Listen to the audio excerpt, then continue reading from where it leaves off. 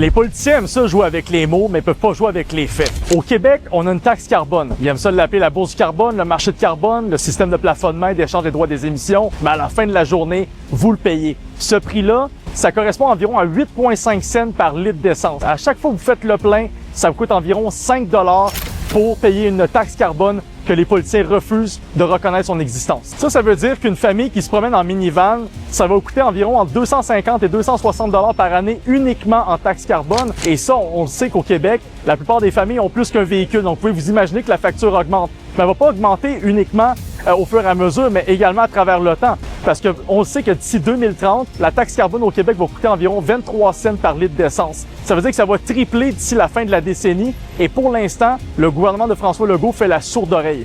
Et il faut le rappeler, il n'y a pas seulement les automobilistes québécois qui assument le coût de la taxe carbone. Les camionneurs doivent également l'assumer, les agriculteurs doivent également l'assumer, et un nombre incroyable de composants dans l'économie québécoise voient leur compétitivité et leur productivité être affectée par la taxe carbone et est temps d'y mettre un terme une fois pour toutes.